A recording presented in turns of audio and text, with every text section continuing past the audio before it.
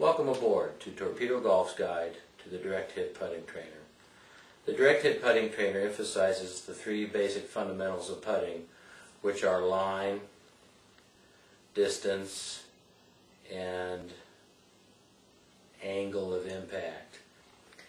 And so, in a nutshell, your objective when using the trainer is simply to strike the ball so that it travels along the target line. Obviously, we don't want it to push or pull. We also want to pick a distance that would equate to a putt length. So this might, on a given green speed, equate to 15 feet. This might even be a 30-foot putt on a fast green. So you basically pick a target and try to hit the little ball, the little virtual ball, that distance each time. The frustrating and simultaneously enlightening aspect of this is the realization that most, if not the vast majority of putts, are not always struck squarely. So even though the ball may be traveling down the designated target line, the virtual ball, as I'll call it here, may be spinning, and that's a no-no. If you are not arriving absolutely squarely at impact with the putter face each time, then that will directly impact how much energy you impart to the ball.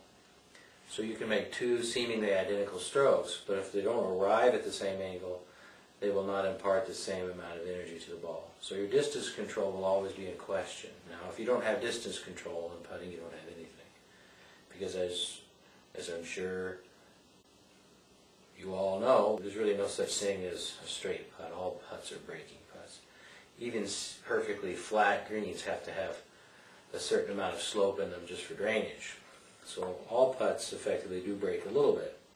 And so in order to make sure you are controlling this variable of arriving squarely each time, that is to say the putter face coming into the ball is neither slicing or hooking, that it's always arriving squarely.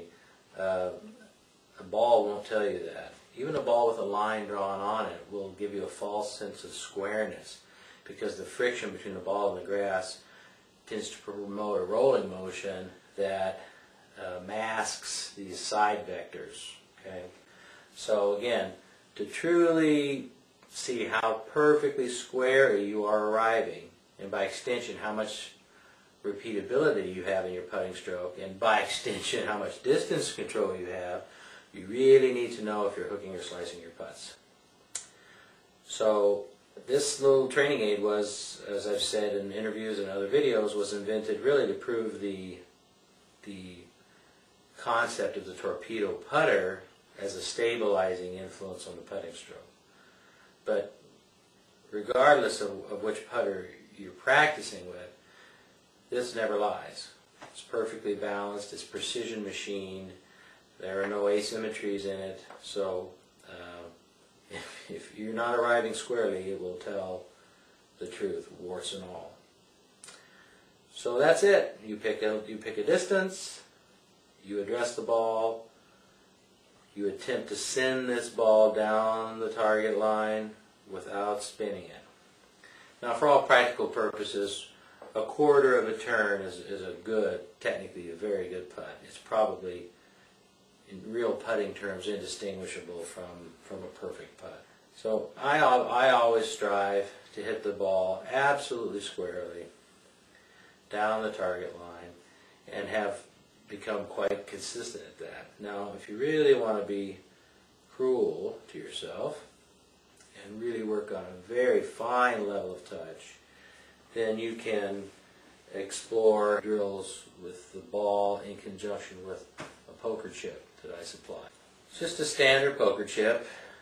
It's a heavier, it's a high quality poker chip. It's the clay type, which is evenly balanced and provides just enough weight to do the job we want it to do.